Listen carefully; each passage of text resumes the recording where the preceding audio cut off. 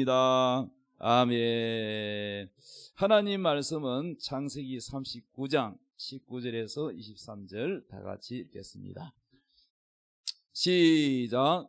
그의 주인 자기 아내가 자기에게 이르기를 당신의 종이 내게 이같이 행하였다 하는 말을 듣고 심히 노한지라. 이에 요셉의 주인이 그를 잡아 옥에 가두니 그 옥은 왕의 죄수를 가두는 곳이었더라. 요셉이 옥에 갇혔으나 여호와께서 요셉과 함께 하시고 그에게 인자를 더하사 간수장에게 은혜를 받게 하시매 간수장이 옥중 죄수를 다 요셉의 손에 맡김으로 그 재반 사물을 요셉이 처리하고 간수장은 그의 손에 맡긴 것을 무엇이든지 살펴보지 아니하였으니 이는 여호와께서 요셉과 함께 하심이라. 여호와께서 그를 범사에 형통하게 하셨더라. 아멘. 오늘 설교 제목 따라합시다. 옥중 믿음. 예, 옥중 믿음이라는 것은 감옥에 갇혔을 때의 믿음을 말합니다. 아멘. 여러분 감옥 간 적 있어요? 아무도 없는 것 같은데. 예. 하나님은요 사람을 종종 감옥에 보내시기도 해요. 성경에 있는 인물들이 감옥에 가든지 물고기 뱃속 감옥을 가든지 요나처럼 아니면은 일반 감옥에 가든지 감옥에 꼭 죄가 있어서 갇히는 게 아니라 핍박을 당해서 갇힐 수도 있어요. 감옥을 보내시는데 왜 감옥에 보내냐? 하나님께서 하실 일이 있기 때문입니다. 아멘이요. 우리 신학교 다닐 때 후배 한 분이, 나이는 나보다 많은데 후배 한 분이 이제 안수받고 목회를 했어요. 개척을 하다가 개척교회들은 다 성합차를 많이 몰고 다니거든요. 12인승 성합차 스타렉스를 몰고 가다가 중앙선 너머에서 오토바이가 중앙선을 넘어서 목사님이 몰고 가는 차로 와가지고 받아버렸어요.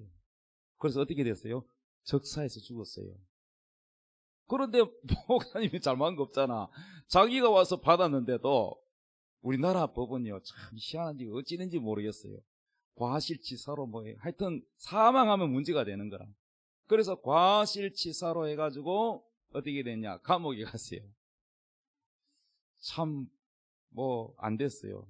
그래서 이제 거기서 이제 목사님이 목회를 해야 되는데 마음이 교회가 있는데 성도들 기다리고 있는데 이거 감옥에 갇혀버리니까 목회도 못하고 그래서 기도를 했습니다. 금식 기도를 하면서 거기 있는 죄수들에게 자기 밥을 다 내주는 거예요. 자기는 밥을 안 먹고 냈으니까 거기 있는 죄수들이 시간이 처음에는 목사님도 모르고 신고식 하라 그러죠. 막 또 때리기도 하죠. 그렇게 하다가 이제 차츰차츰 시간이 가면서 보니까 신앙이 신실한 목사님이잖아요. 기도도 하지. 예. 그래서요 한 분 한 분을 전도를 해가 그 감옥에 있는 사람들이 다 예수를 믿게 됐어요. 그래가지고 다 감옥 안에서 뭐냐면은 교인들이 돼가지고 예배를 드리게 됐어요. 할렐루야. 그래 목사님이 너무나도 겸손하시고 또 보면은 밥이 모자란 사람에게 밥을 주시고 항상 손해보면서 베풀고 하니까 이 같은 예수들도 야 우리하고 다르다. 저분이 우리처럼 못된 지대가 제재가 온 게 아니라 오토바이가 넘어가지고 받아가지고 이렇게 돼가지고 왔다. 그래서 목사님을 존경하고 하다가 그분의 삶을 보고 예수를 영접하고 구원을 받았다는 것입니다. 그래서 이제 감옥에 나와서 그 얘기를 우리한테 들려줬어요. 하나님이 왜 목사님을 감옥에 보내는지 이유를 알겠죠? 왜 보냈을까? 그렇지. 거기에 구원받을 영혼이 있었던 거야. 그러니까 하나님의 뜻은 알 수 없는 거야. 우리는 모르지만은 하나님은 종종 이렇게 감옥에 보낼 때도 있다는 거예요. 아멘이요. 그래서 하나님께서 하실 일이 있기 때문이라는 거예요. 혹시 여러분도 감옥 갈 일이 있거든 원망하지 말고 예, 하나님 다 이 감옥에 또 누굴 전도하러 보냈습니까? 이렇게 감사하시기 바랍니다. 감옥 안 가려고 아무도 아멘을 안 하네. 그리고 이 감옥에 갇힌 성경의 인물들이 여러 있지만은 오늘 우리가 이제 창세기 공부를 지금 차례대로 하고 있잖아요. 그런데 오늘 지금 요셉에 대해서 감옥에 대해서 얘기하는데 감옥에 갇힌 성경 인물들 보면은 요셉이도 있고 예레미야도 있고 세례요한도 있고 베드로도 있고 바울과 신라도 있습니다. 그런데 감옥에 갇힌 사람들의 감옥에 갇혔을 때에 그 태도가 다 달라요. 자, 우리는요 육신의 감옥은 안 갔어. 우리는 육신의 감옥으로 교도소 가거나 구치소 간 적은 없지만은 육신의 감옥에 가지 않더라도 환경의 감옥에 우리는 갇히게 됩니다. 따라합시다. 고립된 감옥, 물질의 감옥, 환경의 감옥, 질병의 감옥, 이런 여러 가지 감옥들이 있어요. 우리가 전 세계가 3년 동안 코로나 감옥이라는 것이 갇혀가지고 경제가 어떻게 됐어요? 바닥을 치고 또 우크라이나 전쟁 때문에 이 전쟁이라는 감옥 때문에 기름값이 막 주유값이 막 오르고 그래서 모든 사람들이 사업도 힘들어 가게 문을 닫고 이런 어려움을 겪었어요. 경제의 감옥, 예, 코로나라는 질병의 감옥, 이런 감옥을 우리가 다 경험했습니다. 그래서 사람이 또 고립되는 감옥도 있어요. 외롭고 굉장히 우울하고 사람들로부터 왕따를 당하고 이런 고립된 감옥도 있고 어떤 사람은 물질의 감옥이 있어요. 정말 물질이 안 풀려. 카드를 갖다가 그냥 막 몇 개를 돌립니다. 돌려막기를 하고 버티는데 물질의 감옥을 경험해보지 않으면 몰라요. 우리도 과거에 교회가 어려울 때, 참 어려울 때, 부끄럽지만은요, 이런 경우도 있었어요. 한전에서 전기를 끊어놓은대요, 전기를. 그래가지고, 전기가 한 달 밀리가 안 끊기거든요. 아이고, 나 태어나가지고 이런 적이 처음이네. 그래서 하나님이 왜 이렇게 우리를 안 보살펴 주시나, 막 이런 생각 들고 그랬는데, 그런데, 이게 사람이라는 건요, 살아가면서 심을 때가 있으면 뭐요? 거둘 때가 있어요. 그래서 내가 좀 잘 나갈 때 제가 헌금을 좀 많이 심을 때가 있었어요. 근데 그분한테 부탁을 했더니 큰 돈을 주셨어요. 그래가지고 모든 게 해결이 다 됐어요. 그래서 참 하나님이 평공케 하신다는 성경 말씀이 있는데 우리가 넉넉할 때 심어 놓으면은 또 어려울 때 그걸 다 하나님께서 메꾸어 주시고 채워 주실 줄 믿습니다. 그래서 물질의 감옥, 그때 제가 물질의 빚 때문에 자살하는 사람의 심정을 알겠더라고요. 이래서 사람이 자살하는구나. 굉장히 자존심 상하고 힘들었어요. 그래서 이것이 오히려 감사했어요. 왜냐하면 그래야 성도들이 심정을 알아요. 성도들이 얼마나 물질 때문에 어려움 겪는지를 저는 다 겪어봤습니다. 예. 개척 초창기 때는요, 성도도 몇 명 없고, 재정도 나올 때도 없고, 그럴 때, 우리 아들이 용돈도 안 주지, 과자도 안 사주지. 그러니까 길거리에 흘려놓은 누가 버린 사탕을 갖다가, 흙 묻은 사탕을 빨다가 나한테 그냥 기사대기를 한 대 맞으니까 내가 기분이 나빠가지고. 근데 마음이 아팠어요. 자식에게 잘해주지 못하는 그 심정.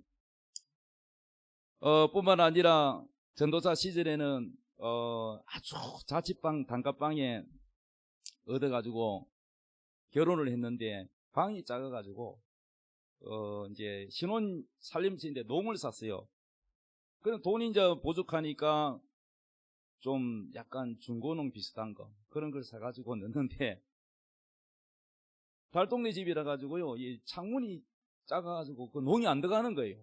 그 우리가 원하는 거 못 넣고 더 작은 사이즈로 넣었어요. 그렇게 신혼을 시작을 한 적도 있고 그러다가 이제 아기가 생겨가지고 아기를 낳았는데 이 분유가 떨어졌어요. 분유가 떨어졌는데 아기는 이제 이 분유를 줘야 되는데 분유가 떨어졌어요. 그래서 누가 어떤 전도사님이 신방을 왔는데 기저귀인가 뭐 그걸 사가지고 왔어요. 그 지금 당장 필요한 거는 분유예요. 분유. 그리고 기저귀는 그때 청기저귀로 제가 막 이렇게 빨아서 이제 제가 활용을 계속 하고 있었기 때문에 기저귀는 일회용 기저귀는 없어도 되고, 그래서 제가 요 가까운 숲에서 샀겠지 싶어가지고 동네 숲에 가가지고 아주머니한테 이거요 여기서 샀는데 분유로 바꿔주세요 그랬더니요, 거기 가게 주인이 뭐라냐면은 살펴보더니 이거 우리 가게 물건이 아닌데요 그러더라고요. 그러니까 얼마나 부끄러운지. 그래요 그러는데 이거 가져가세요 그러고 그냥 주인이 얼른 눈치를 채고 분유를 바꿔줬어요. 자기 물건이 아닌데도. 그래가지고 그때 굉장히 참 이거 목회를 하면서 힘들었는데, 지나놓고 보니까 하나님은 목사를 전부 성도들이 겪는 것을 훈련을 시키더라고요. 성도들이 이렇게 눈물의 빵을 먹어보는 성도들, 또 질병에 있는 성도들, 빚더미 있는 성도들, 이런 어려운 사람들의 심정을 다 목사들로 하여금 겪게 하고 하나님이 그 심정을 알게 하시더라고요. 그래서 그것이 목회하는데 큰 밑거름이 됐습니다. 자, 그래서 우리는요, 때로는요, 우리가 원하지 않는 물질의 감옥에도 갇혀요. 환경의 감옥에도 갇히고 질병의 감옥에도 갇힙니다. 이러한 우리 주변에 있는 여러 가지 감옥이 있을 때에 세례요한은 어떻게 했느냐? 세례요한은 헤롯 왕이 잘못한 거 지적하다가 친동생의 그러니까 제수씨죠. 제수씨를 아내로 취했다가 세례요한이 가서 그것을 책망하고 지적했다가 감옥에 갔어요. 그리고는 나중에는 이제 목이 잘렸지요. 그런데 이 세례요한은요, 감옥에 갇혔는데 의심을 하는 거야. 분명히 예수 그리스도를 자기가 입으로 뭐라고 했어요? 보라, 세상 죄를 지고 가는 하나님의 어린 양이다, 이렇게 소개했는데 감옥에 갇히니까 예수님이 정말 메시아 맞으신가? 내가 지금 감옥에 갇혔는데 내가 의를 위해서 이렇게 하다가 감옥에 갇혔는데 예수님 면회를 한 번도 안 오시네. 그때 세례요한이 좀 서운했는지도 몰라요. 성경에 설명은 없지만. 그래서 제자를 보내가지고 예수님에게 질문을 하라 그랬어요. 오실 그이가 맞습니까? 우리를 구원할 구세주 그분이 맞습니까? 하고 물어보라 그랬어요. 그랬더니 뭐라 그랬냐? 자, 마태복음 11장 2절, 요한이 오기에서 그리스도께서 하신 일을 듣고 제자들을 보내어 예수께 여짜오되 오실 그이가 당신 오니까 우리가 다른 일을 기다리오니까. 세례요한이 예수님을 갖다가 바로 내가 기다리던 그분이라고 소개해놓고는 의심을 하고 우리가 다른 분을 기다려야 됩니까? 이렇게 했어요. 그랬더니 예수께서 대답하여 이르시되 너희가 가서 듣고 보는 것을 요한에게 알리되 맹인이 보며 못 걷는 사람이 걸으며 나병 환자가 기가담을 받으며 못 듣는 자가 들으며 죽은 자가 살아나며 가난한 자에게 복음이 전파된다고 전하라. 예수님의 대답은 뭐냐? 나는 이 땅에 복음 전하러 왔고 영혼을 구하기 온 것이지 다른 것 때문에 온 것이 아니라는 거예요. 그래서 세례요한은 예수 그리스도를 소개할 때 어떻게 소개했어요?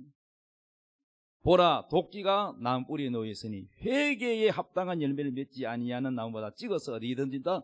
불에 던진다. 이 지옥 간다 이 말이거든요.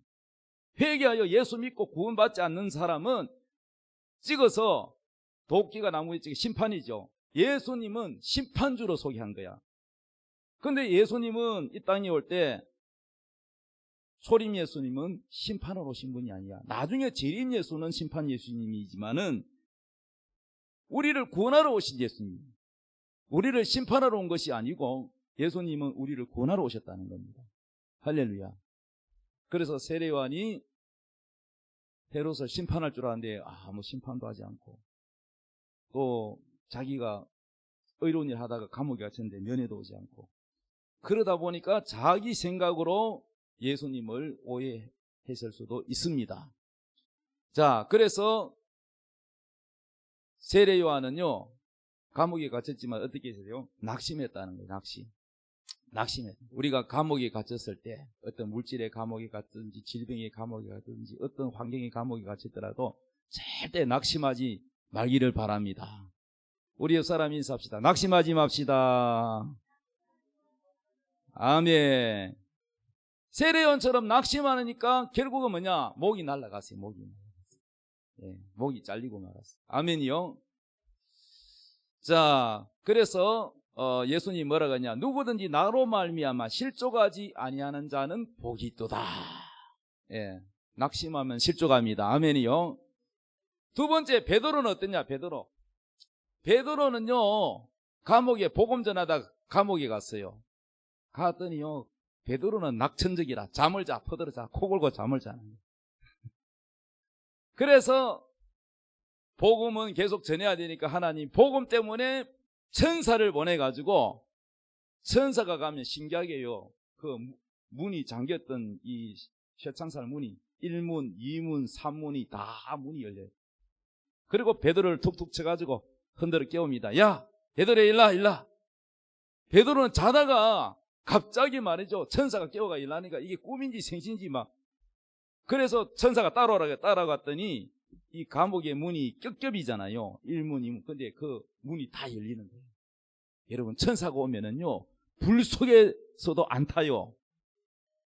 다니엘서 보면은 사드락, 메삭, 아벳느고 우상 숭배 안 하고 믿음을 지켰다가 불 속에 들어갔는데, 불문불에 들어갔는데 안 타 죽어서 머리카락 하나 타는 냄새가 없었다 그래요.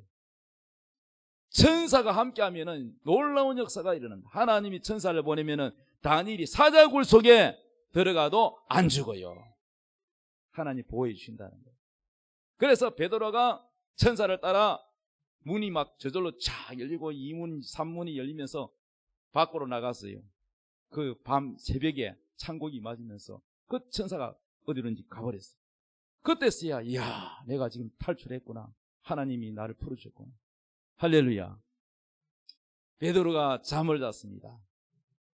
요셉이는 어땠습니까? 요셉이는 어쩌다 감옥 갇혔어요. 오늘 성경을 보니까 요셉이는요, 용모가 준수하고 아름다웠다 그랬어요.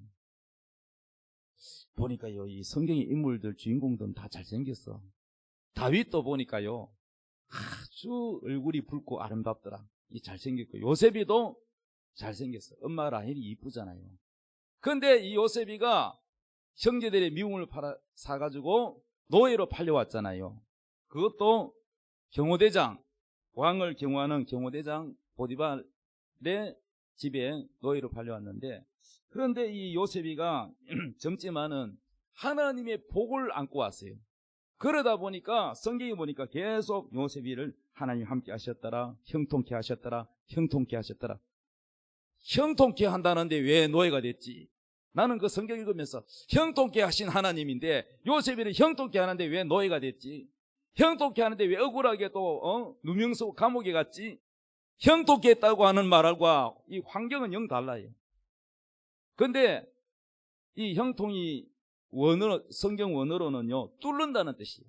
벽이 있으면은 뭐요? 형통은 뚫는다는 거예요. 뚫는다. 벽을 뚫는다. 아멘이요. 그러니까 장애가 있어도 뚫고 나간다는 거예요. 따라서 주여, 나에게 형통케 하는 복을 주세요. 그러니까 어떤 물질의 벽이 있든지 어떤 장벽이 있더라도 형통케 하는 복을 받으면 뚫고 지나가는 거예요.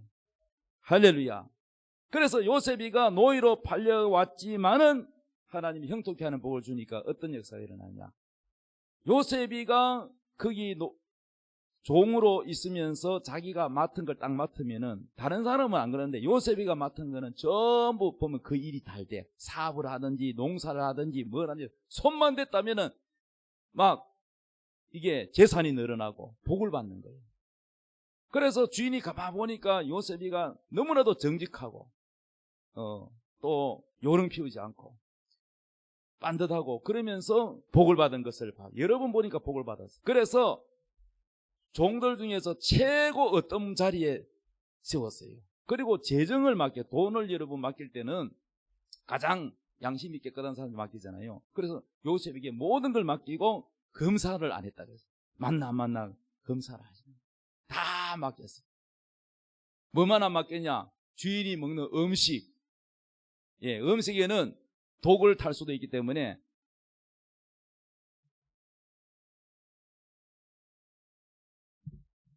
그래서 음식 외에는 모든 걸 다 맡겼다. 그래서 요셉이가 성실하게 하는데 용모가 준수하고 아름다우니까 이 주인이요 주로 어디가 있냐? 요즘 말하면 청와대가 있는데 그 당시에 왕의 경호대장이니까 왕궁에 가서 왕을 항상 경호하고 책임자니까 집을 비우는 일이 많단 말이야. 그러니까 이 젊은 아내가 정욕은 불타고 남편은 멀리 가 있지. 요셉이 보니까 아주 잘생겼지. 그러니까 자꾸 매일같이 눈짓을 하다. 성경은 눈짓이 뭐예요? 윙크. 요즘 말하면 윙크하는 거야. 윙크. 그 신호를 자꾸 보니까 내가 널 좋아한다는 신호를 자꾸 보내는. 그러다가 나중에는 노골적으로 말을 합니다. 나랑 같이 동침하자 그럽니다. 그래서 요셉이가 이제 말을 하니까 내가 하나님 앞에 죄를 지을 수 있겠느냐. 그리고 당신 남편이 나를 믿고 모든 걸 다 맡겨줬는데 내가 어떻게 배신하겠냐. 그리고 당신 외에는 다 모든 걸 내게 맡겨주시고 당신만 안 맡겼다. 그러면서 하나님 앞에 죄짓지 않는다고 정죄를 했습니다. 그러자 하루는요 이 부인이 나를 잡았나 봐. 나를 잡아가지고 자기 집에 있는 하인들을 다 들로 밭으로 일을 보내고 아무도 없으면 내 말을 따를 것이다 이렇게 생각했나 봐.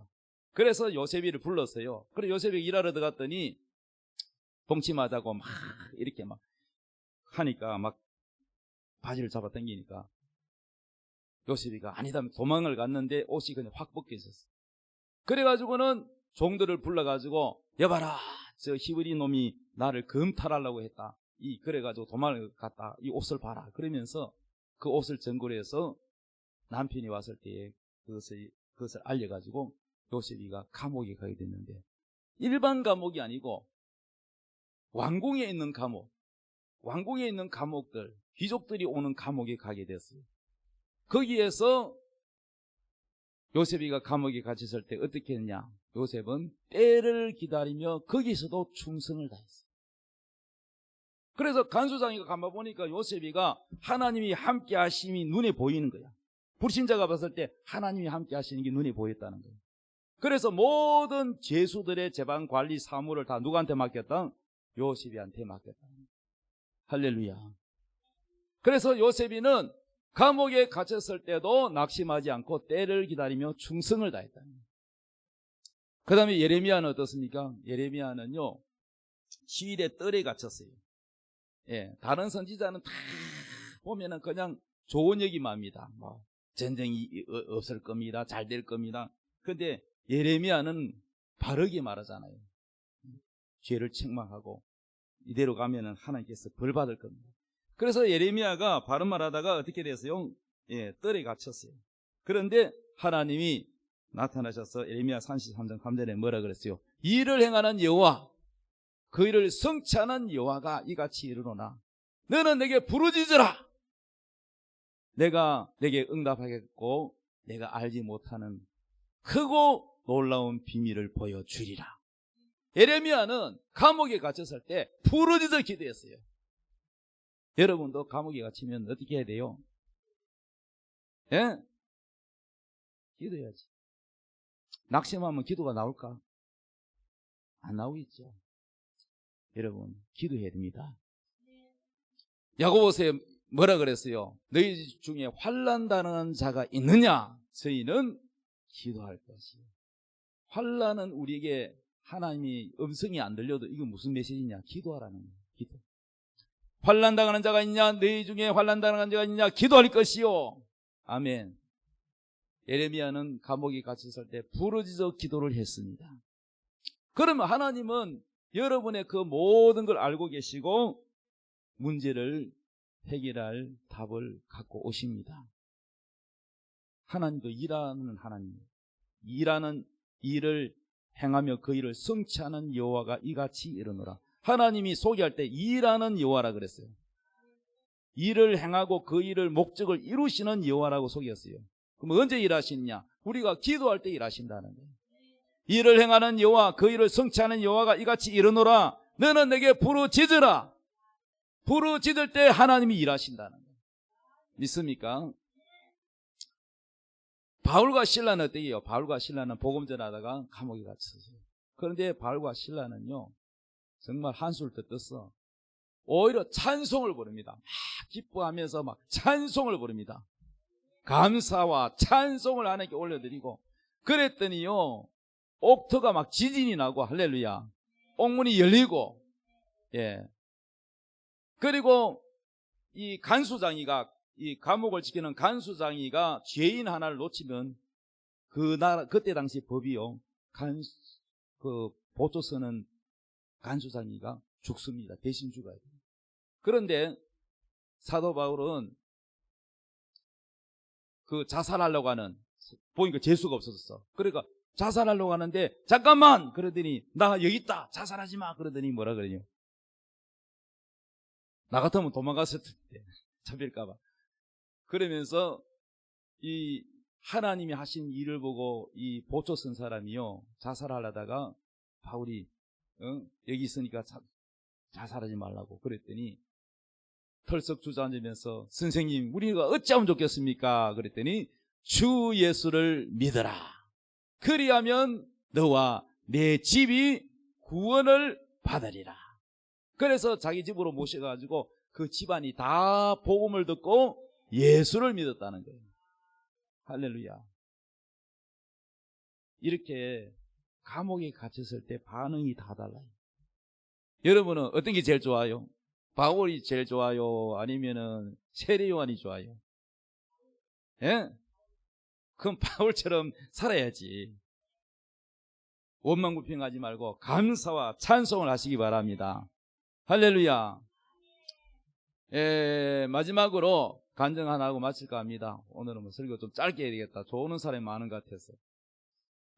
최순영 회장님이라고 알아요? 63빌딩, 서울에 가면 63빌딩 가봤어요? 지금은 이제 무슨 빌딩이 제일 높아요? 삼성? 예? 삼성이 아니고 롯데타워. 롯데타워. 롯데타워는 아직 못 가봤네.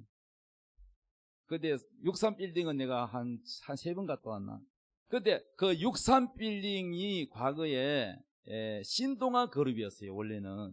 지금은 한화 그룹으로 넘어갔을 거예요. 예. 그런데 최순영 회장님이 횃불회관, 거기 부인이 횃불회관 회장이고, 그렇죠. 그 최순영 이 장로님이에요, 회장님이 장로님인데, 이분이 참 막 서울의 기독교 연합회 행사하는 것도 돈도 많이 이렇게 내고 좋은 일도 많이 했는데, 김대중 대통령 때 이 정치에 의해 가지고 이 기업들은요, 정권이 바뀔 때마다 줄을 서야 돼. 줄 잘못 서면은 이 기업이 날아갈 수가 있어요. 그런데 신동아 그룹은요, 그 보험회사도 있고요, 여러 그룹인데 대기업이에요. 그런데 IMF 때 부실기업이 아닌데 부실기업으로 취급을 받아서 정치 보복으로, 왜냐면은 뭐 정치 자금 안 됐다고 정치 보복으로 해서 그것을 부실기업으로 다 가져가 버렸답니다. 그래가지고 저는 직접 최순영 회장님한테 들었어요. 온라인이 아니고 직접 들었어요. 많은 거기 사람들 세종문화회관에서 제가 들어봤어요. 그런데 이 최순영 회장이 감옥에 갇혔을 때 모든 걸 다 빼앗기고 가족들이 힘들어할 때 얼마나 많이 울은지 모르는데요. 감옥에서 울고 또 울고 쓰레기통에 정말 거짓말 안 하고 이 눈물이 다 찰 정도로 그렇게 많이 울었답니다. 그래서 자신이 도저히 이게 이해가 안 되더리. 하나님 앞에 내가 한 게 많은데, 하나님 앞에 내가 얼마나 많이 했는데, 기부도 많이 했는데 왜 내게 이런 시련을 주십니까? 하고 기도를 했는데 어느 날 예수님이 나타났어요. 예수님이 나타나서 뭐라고 하시냐, 이렇게 말씀해요.